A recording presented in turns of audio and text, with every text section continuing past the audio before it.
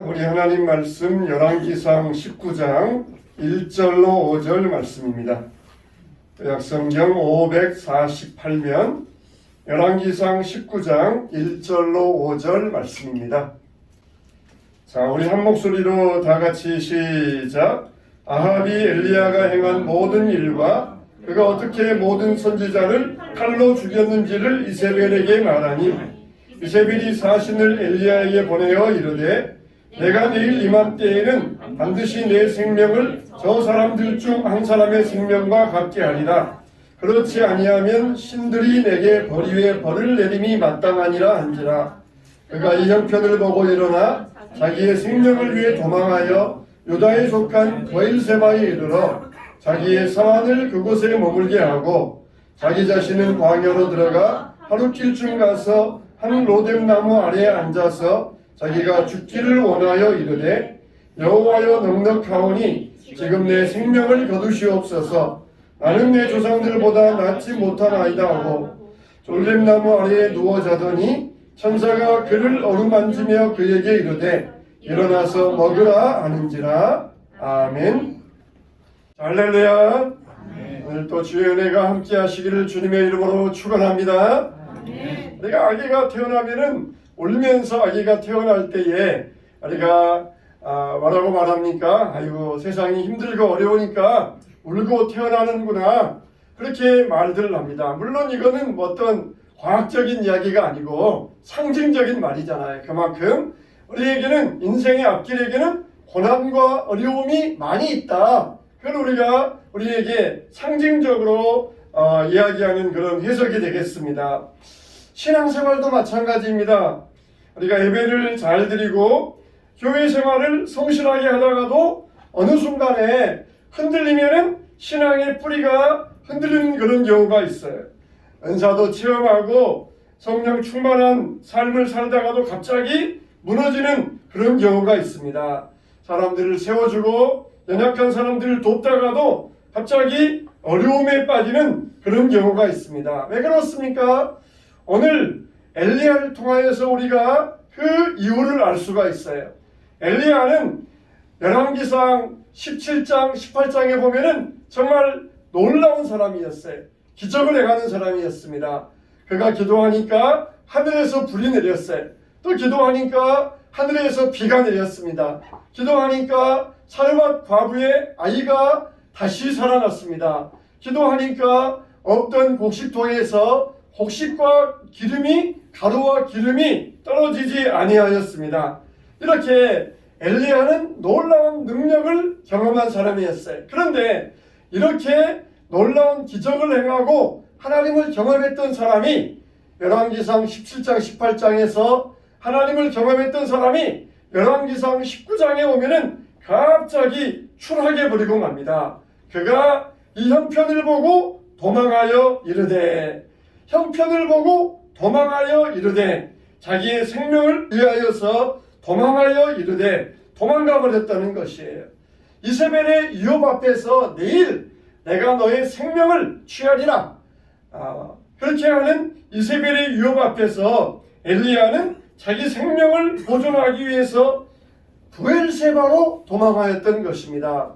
이 브엘세바라고 하는 것은 이스라엘이 아니고 유다 지역이에요. 자기의 북왕국 이스라엘의 선지자인데 남왕국 유다의 브엘세바까지 도망갔어요. 브엘세바는 사람이 살 수 있는 맨 끝의 지역입니다. 브엘세바를 넘어가면은 광야 지역으로서 사람이 살 수 없는 곳이에요. 그리고 그걸 내려가면은 그 다음에 애굽에 나오게 됩니다. 이렇게 엘리야는 이세벨의 말 한마디에 사람이 살 수 없는 끝까지 가서 광야에 가서 로뎀나무 아래 누워가지고 죽기를 구하였던 것입니다. 어떻게, 왜 이렇게 엘리야가 한순간에 무뎌졌습니까? 엘리야는 정말 지식만 가지고 선지자가 된 사람이 아니에요. 이론만 가지고 선지자가 된 사람이 아닙니다. 직접 하나님을 만났고 하나님을 경험하였고 하나님의 능력을 행하였고 그런 하나님의 선지자였어요. 하나님께 훈련받았고 하나님의 생생한 체험을 가진 사람이 엘리야였습니다. 그런데 이런 사람이 어떻게 한순간에 무너졌습니까? 우리가 잘 이해가 되지 않습니다. 우리가 성경에 엘리야의 좋은 면 17장, 18장까지만 기록하고 19장은 뺐더라면 좋았겠다. 그런 생각이 들어요. 그러나 하나님께서 19장을 우리에게 주신 이유가 있습니다. 엘리야도 우리와 성정이 같은 사람이라고 그랬어요. 엘리야도 이와 같이 무너질 수 있어 무너졌다 그러면은 우리들도 역시 무너질 수 있는 연약한 존재라는 것을 보여주고 계시는 것이에요. 엘리야가 이세벨의 말 한마디에 무너졌다 그러면은 우리들 역시 사람들의 말 한마디에 무너질 수 있는 연약한 존재라는 것을 보여주고 있어요. 이런 거는 신앙의 연륜과 성경 지식이나 어떤 은사 체험이나 그런 것과는 상관이 없습니다. 내가 성경을 많이 아니까, 내가 은사를 많이 체험했으니까, 내가 기적을 행하였으니까 나는 끄떡없다. 그렇게 생각할 수 없어요. 선줄로 생각하는 자는 넘어질까 조심하라. 엘리야는 정말 그렇게 하나님을 경험하였고 은사를 체험하였고 기적을 행한 사람이었지만 왜 한순간에 이렇게 무너져버리고 말았습니까?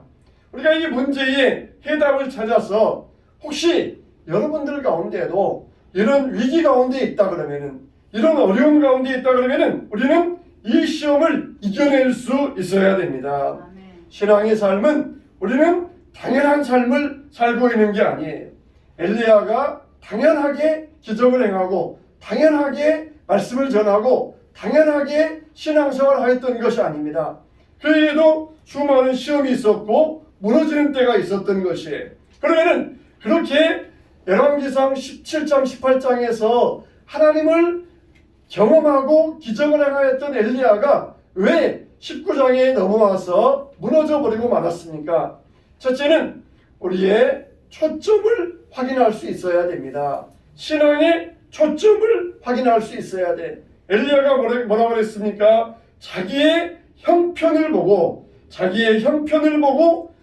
브엘세바로 도망하였다 그랬어요.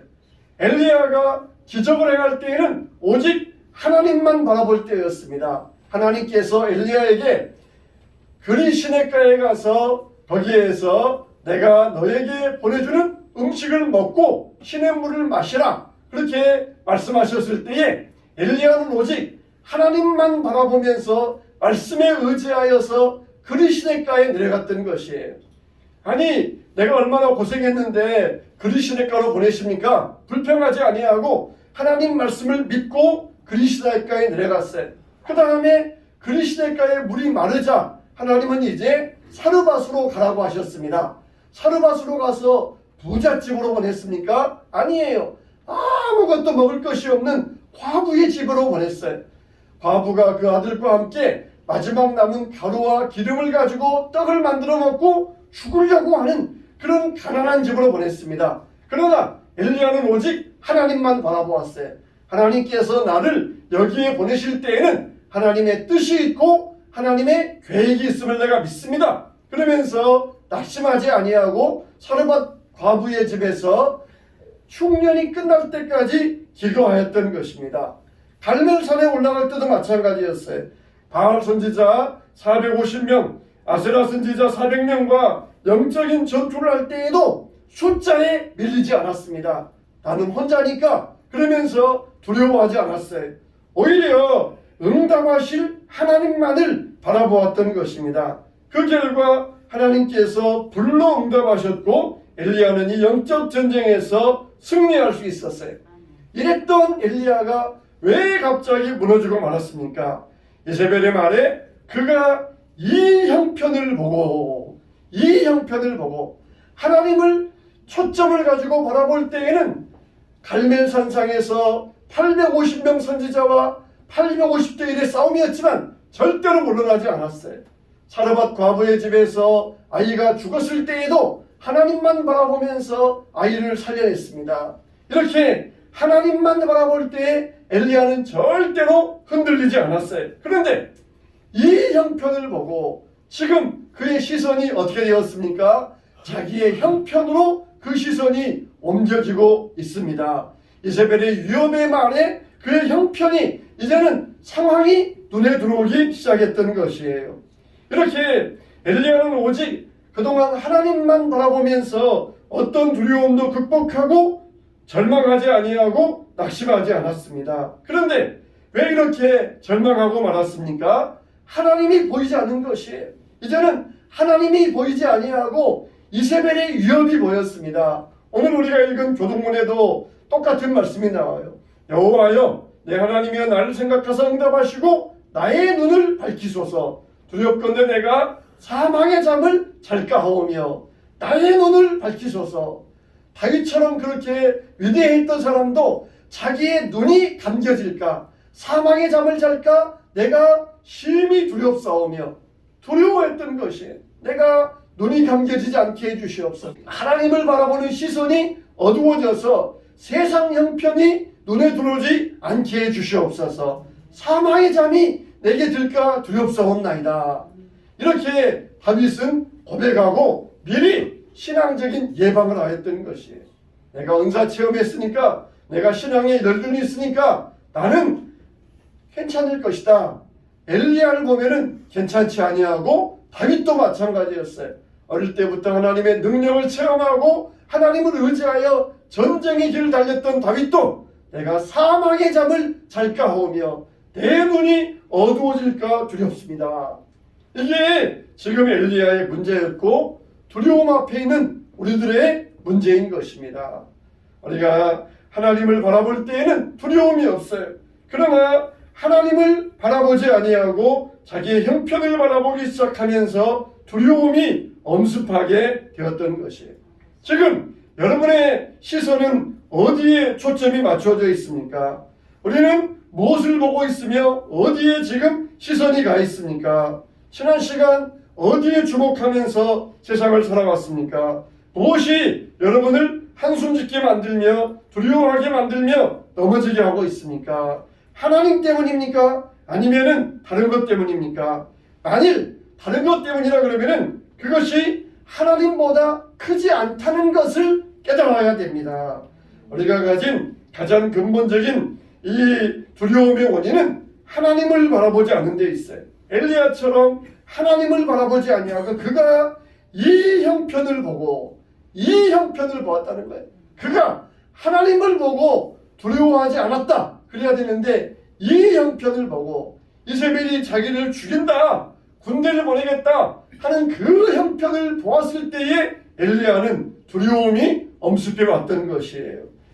신명기 1장 29절 이하의 말씀을 보면 내가 너희에게 말하기를 그들을 무서워하지 말라, 두려워하지 말라. 너희보다 먼저 가시는 너희의 하나님 여호와께서 애굽에서 너희를 위하여 너희 목전에서 모든 일을 행하신 것 같이 이제도 너희를 위하여 싸우실 것이며. 이스라엘 백성들이 광야에 갈 때에는 얼마나 두려움이 많았습니까? 짐승들이 있고 도적들이 있고 날씨는 도와주지 아니하고 어느 것 하나 좋은 환경이 없어요. 하나님은 아시고 두려워 말라, 내가 너희들과 앞서가면서 싸워줄 것이다. 날씨와도 싸워주시고 대적과도 싸워주시고 위험한 맹수와도 싸워주시고 기근과도 싸워주시고 하나님께서 다 싸워주시겠다는 것이에요. 오직 시선을 하나님만 바라보며 나아갈 때에 두려워하지 아니하고 나아가라고 명령하셨던 것이에요. 광야에 간다는 것은 얼마나 고난과 어려움이 많습니까? 그러나 그들이 만날 그 이방인의 군대들과 대적을 인하여 낙심하지 말라고 하셨어요. 왜 그렇습니까? 하나님께서 너희 앞서 싸워주실 것이라 하시는 그 말씀 때문이에요. 우리의 삶도 마찬가지입니다. 우리의 시선을 하나님께 고정하면은 두려움을 이길 수 있습니다. 우리가 보이지 아니하는 하나님을 주목한다 그러면은 하나님이 우리를 안고 보호하시는 것을 경험할 수 있어요. 그러면은 보이지 않는 하나님을 어떻게 우리가 바라보아야 됩니까? 바로 말씀을 통하여 하나님을 바라보는 것이에요. 성경 말씀을 통하여 하나님을 바라보는 것입니다. 하나님께서 엘리야에게 모습을 쫙 나타내 주시면서 엘리야에게 말씀하신 것이 아니에요. 음성만 들려주셨어요. 하나님은 폭풍 가운데도 계시지 아니하시고 지진 가운데도 계시지 아니하시고 세미한 음성 가운데 계시면서 엘리야를 보호해 주셨어요. 오늘날도 하나님은 어디 계십니까? 말씀 가운데 계십니다. 성경 말씀 가운데 계셔요. 우리가 이 말씀을 붙들고 나아가면은 보이지 아니하는 하나님을 보는 것 같이 보고 나아갈 수가 있어요. 하나님 말씀을 바라보세요. 보이지 않는 하나님을 어떻게 바라봅니까? 하나님 말씀을 바라보세요. 하나님 말씀 속에서 하나님이 보이고 하나님 말씀 속에서 우리의 길을 인도하신다는 것을 우리가 분명히 믿게 되시기를 축원합니다. 그래서 우리가 하나님 앞에 시선을 둘 때 모든 두려움이 사라집니다. 엘리야가 아합을 만나기 위하여서 갈 때에 아합의 대신인 오바댜를 만나게 돼요. 오바댜는 신실한 하나님을 믿는 사람이었습니다. 단지 자기를 숨기고 아합의 신한 옷을 하고 있었어요. 그때 오바댜가 엘리야를 아끼는 마음으로 지금 당신 나타나기만 하면 아합이 죽이려고 노리고 있습니다. 어서 피하셔야 되는데 왜 이렇게 모습을 나타내셨습니까? 엘리야는 그 말 듣고 두려워하지 않았어요.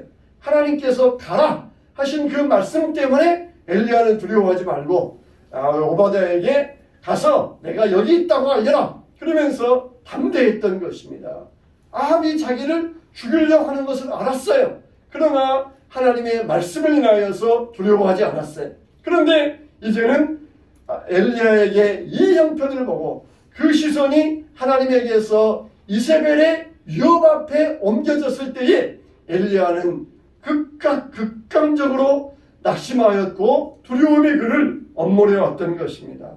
우리들도 세상을 살아가면서 사람을 바라보고 세상을 바라보면 원망스럽고 두려움이 있습니다. 신앙은 무엇입니까? 따라서 합시다. 신앙은 하나님 바라보는 것이다. 신앙 다른 게 아니에요. 하나님 바라보는 것입니다. 하나님 바라보는 것이. 엘리야처럼 우리가 하나님 바라볼 때는 두려움이 없어요. 그런데 신앙이 약해지기 시작했어요. 어둠이 찾아왔고 그 믿음의 시선이 어두워지고 사막의 잠이 찾아왔던 것입니다.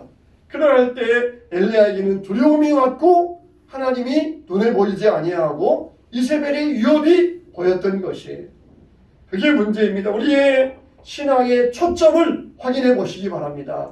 나의 신앙의 초점은 어디에 두고 있는가? 영적인 시선이 지금 어디에 두고 있는가?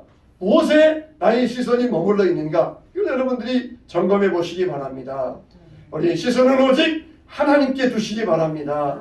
하나님만 바라볼 때에 어떤 역경 가운데서도 승리하시기를 주님의 이름으로 축원합니다. 두 번째 우리는 도망을 멈춰야 돼요. 도망을 멈춰야 돼요. 삶이 우리를 두렵게 할 때에 신앙이 뿌리까지 흔들리고 무너질 때에 우리는 도망가지 말아야 됩니다. 이세벨의 협박 앞에서 엘리야가 취한 행동은 도망치는 것이었어요. 엘리야는 이세벨의 위협을 깨닫고 두려움에 사로잡혔습니다. 그리고 그가 취한 방법은 도망치는 것이었어요. 우리는 정면 돌파해야 됩니다. 그가 믿음의 시선을 하나님께 고정할 때는 정면 돌파했어요. 아합이 자기를 죽이려 한다. 좋다. 가자. 만나자. 그래서 갈멜산상에서 우리 한번 대결해보자. 누가 참신인지 한번 얘기해보자. 정면 돌파했어요. 근데 두려움이 찾아온 이때 엘리야의 방법은 무엇이었습니까? 도망가는 방법이었어요. 여러분 도망가는 것은 절대로 상책이 아닙니다. 엘리야가 부엘세바까지 갔다 이 말은 도망갈 때까지 갔다는 것이에요. 도저히 더 이상 도망갈 수 없는 도망갈 수 있는 곳까지 갔다는 것이에요. 더 이상 넘어가면은 광야예요. 광야 가려면은 약대도 있어야 되고 물도 준비해야 되고 식량도 준비하러 가야 되는데 맨몸으로 갔으니까 더 이상 갈 수가 없어요. 몇 날 며칠 가야 되니까 맨몸으로 간 상태에서는 더 이상 넘어갈 수 없어요. 자기가 도망갈 수 있을 때까지 끝까지 도망갔다는 것입니다. 도망가는 것은 정말 사람들의 본능이에요. 그것은 잘못이 아니지만 그러나 그것은 해답도 아닙니다. 도망은 절대로 상책이 될 수가 없어요. 엘리야는 이세벨의 유혹 앞에서 로뎀나무 아래에 누워가지고 죽기를 원합니다. 여호와여 넉넉하오니 내 생명을 거두시옵소서. 엘리야가 죽기를 원했다. 그러면은 왜 도망가겠어요? 실상은 죽고 싶지 않은 것이에요. 속마음은 도망가고 죽고 싶지 않았습니다. 그가 형편이 극하다 보니까 죽기 원합니다. 그러면서 마음에도 없는 소리를 하고 있었어요. 우리도 인생의 경험을 돌아보면서 두려움은 어디에나 있어요. 세상이라는 광야에서 우리를 고통스럽게 하는 일들이 사방에 깔려 있습니다. 사람의 문제, 물질 문제, 건강 문제, 다양한 요소들이 깔려 있어요. 엘리야를 보세요. 18장에 보면은 엘리야에는 이런 문제들이 다 있었습니다. 사르밧 과부의 집에서 먹을 것이 없는 이런 경제적인 문제, 또 과부의 아들이 죽는 건강의 문제, 또 아합과 싸워야 되는 인간관계의 문제, 이런 문제들이 엘리야에게는 산적해 있었지만 엘리야는 도망치지 않았어요. 그래서 엘리야는 아합을 만난 다음에 백성들을 불러놓고 너희가 어느 때까지 하나님과 바알 사이에서 머뭇하려느냐, 그러면서 백성들 앞에서 정면 돌파했던 것이에요. 아합이 시퍼렇게 군사들을 모아놓고 자기를 죽이려고 하는데 그 앞에다가 제단을 쌓아놓고 예배를 드리고 기도하는 정면 승부를 했던 것이에요. 예배 드리면 죽인다. 그러니 위기 앞에서 엘리야는 피하지 않았어요. 오히려 정정당당하게 제단을 쌓고 제물을 올려놓고 기도하고 예배하면서 이 어려움을 정면으로 돌파했던 것이에요. 여러분 앞에 어떤 위기가 있습니까? 다른 게 없어요. 우리 신앙인들은 다른 게 없어요. 오직 기도와 말씀뿐입니다. 할렐루야. 다른 데에서 해답 찾으려 하지 마세요. 다 그 도망가는 방법이에요. 우리 앞에 위기가 있습니까? 오직 우리의 방법은 기도와 말씀이에요. 말씀 속에서 하나님 만나고 기도를 통하여서 응답받고 인도받아야 됩니다. 이처럼 신앙의 삶이라고 하는 것은 우리의 어려움, 두려움, 막막한 미래, 거기에서 기도로, 말씀으로 해결해 나아가는 것이 바로 신앙의 삶인 것입니다. 정말 엘리야는 과부의 죽은 아들을 살리면서 그 역경을, 힘든 상황을 바꿔주었습니다. 나 때문에 죽었나? 내가 과부의 집에 왔더니 어떤 애군이 끼어가지고 아들이 죽었나? 에라 모르겠다. 도망가자. 엘리야는 그러지 않았어요. 하나님 앞에 나아가서 그 아들을 위하여 기도할 때 하나님께서 살려주셨어요. 어떤 잘못이 생기면은 괜히 우리에게 자책감이 생기잖아요. 나 때문에 그랬나? 내가 잘못해서 그랬나? 그런 자책감이 생기잖아요. 엘리야는 자책하지 않았습니다. 하나님, 이 아이를 살려주시옵소서. 하나님, 이 아이를 통하여서 하나님 영광 받아 주시옵소서. 도망가면 쉬워요. 에라 모르겠다. 도망가자 그러면 쉽습니다. 그러나 하나님 앞에서 엘리야는 항상 정면 돌파했죠. 왜 그렇습니까? 하나님을 바라보았기 때문에 도망가지 아니하고 기도와 말씀으로 해답을 찾고 정답을 얻었던 것이에요. 여러분, 예수님이 우리의 삶의 정답이십니다. 할렐루야. 제가 자주 말씀드리지만 해답이 있고 정답이 있어요. 예수님은 해답 정도가 아니라 정답이에요. 정답. 돈에 문제가 생기면은 친척에게 가서 돈을 빌릴 수 있고 은행에 가서 대출 받을 수 있고 해결책, 해답은 많아요. 그러나 우리가 물질 문제 생기면은 누구를 찾아야 됩니까? 정답 대신은 예수님을 찾아야 돼요. 병이 생기면은, 건강 문제 생기면 어떻게 합니까? 의사 찾아갈 수 있고 약사 찾아갈 수 있고 민간요법 취할 수 있고 그냥 참고 견딜 수 있는 해결책, 해답은 많아요. 그러나 해답이 정답이 아니에요. 정답은 오직 예수 그리스도이십니다. 예수 그리스도 안에서 문제를 해결받아야 그게 복이 돼요. 그러나 다른 해답을 찾아서 문제 해결하면은 당장 그 문제는 해결될지 모르지만 첩첩산중에 가면 또 문제, 가면 또 문제, 첩첩산중에 오직 예수님 앞에 나와서 문제를 해결받고 정답을 알고 해결받아야만 진정한 문제가 사라지게 되는 것입니다. 예수님은 우리 인생의 정답의 정답. 다른 데서 해결책, 해답. 그러면서 야 해결됐다. 그러면은 더 우리에게 가시밭길이 와요. 그러나 예수 그리스도를 나의 정답으로 삼을 때에 우리 인생길에는 주님의 은혜가 우리의 믿음 안에 시온의 대로가 열려지게 되시기를 축원합니다. 우리는 생각을 전환해야 돼요. 부정적인 생각을 버려야 됩니다. 로뎀나무 아래서 죽기를 구합니다. 삶을 포기했어요. 우리가 부정적인 생각을 하면은 항상 부정적인 결과만 나와요. 하나님께서 그에게 다시 긍정적인 생각을 집어넣어 주잖아요. 먹고 힘내라. 잘 먹어라. 잘 먹어라. 여러분 설날 동안에 음식을 잘 드세요. 건강하게 드세요. 그렇다고 체하시면 안 돼요. 잘 먹어야 됩니다.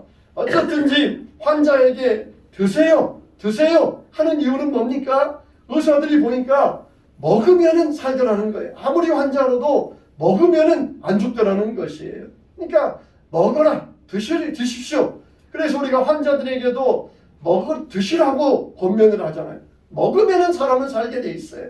그런 것처럼 우리 영도 하나님 말씀을 먹어야 됩니다. 하나님 말씀을 먹으면 살게 돼 있어요. 그러나 먹지 않으면 죽습니다. 우리의 영혼이 죽습니다. 우리의 생각이 하나님 말씀으로 채워져야 긍정적인 생각이 돼요. 두려움이 없어지고 그러면은 긍정적인 생각하면은 긍정적인 결과를 낳게 되어 있습니다. 이사야 40장 28절로 31절 이렇게 말씀하고 있습니다. 너는 알지 못하였느냐? 듣지 못하였느냐?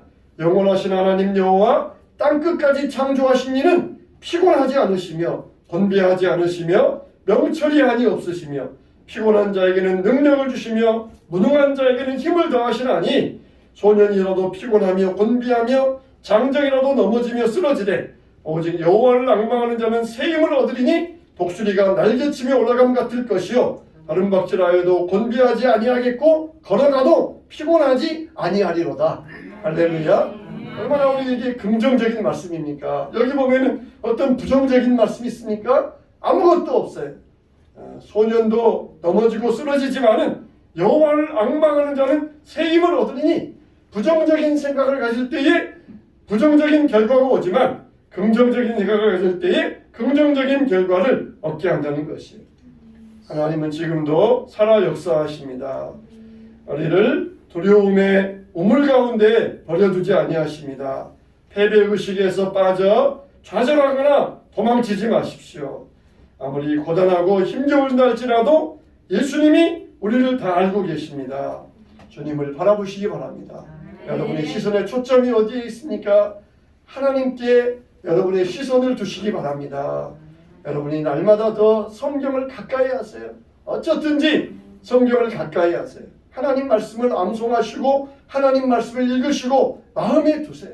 그럴 때에 세상의 두려움은 눈 녹듯이 마치 새벽빛에 어두움이 물러가듯이 다 사라지게 될 것입니다. 이게 바로 우리의 신앙입니다. 오늘 또 이 명절 앞두고 있는 여러분들에게 하나님은 나를 바라보아라. 나를 통하여서 세상을 바라보고 나를 통하여서 어둠을 이기고 나를 통하여서 두려움을 물리치라고 우리에게 명령하십니다. 이 말씀을 통하여서 엘리야처럼 낙심돼서 이세벨의 유혹 앞에 굴하는 자가 아니라 하나님을 바라보고 믿음으로 승리하게 되시기를 주님의 이름으로 축원합니다.